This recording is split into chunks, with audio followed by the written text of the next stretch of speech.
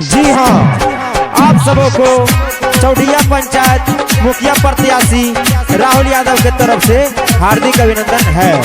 चौड़िया पंचायत के तमाम जनताओं से मेरा निवेदन है कि आप सभी मुखिया प्रत्याशी राहुल यादव को भारी मतों से विजय बनाएं।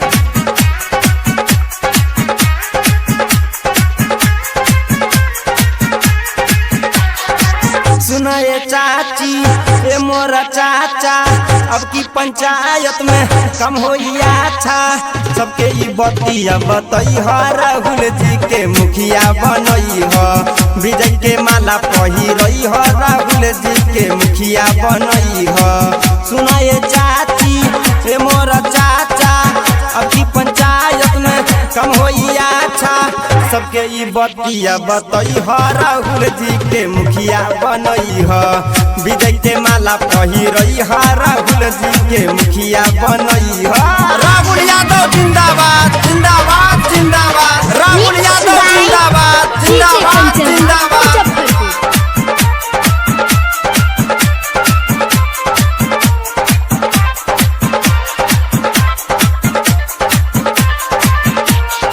इनके जनता के है विश्वास हो, चौड़िया पंचायत के होते विकास हो।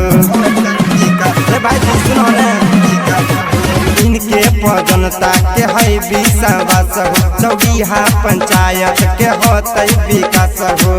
जाति पाति के ना होते विवाद हो, इनके जनता के है आशीर्वाद हो।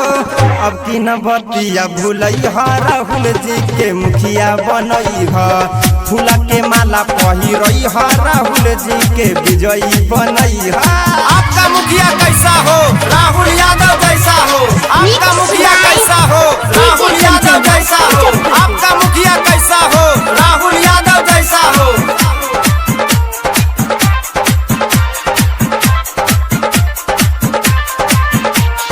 बहकावा में ना तुई है भैया, राहुल यादव के भारी मत से जीतई है। बहकावा में ना तुई है भैया, राहुल यादव के भारी मत से जीतई है। रंजित रंजन के बात ना भूलई है, अब के मौका भैया तू ना चुकई है।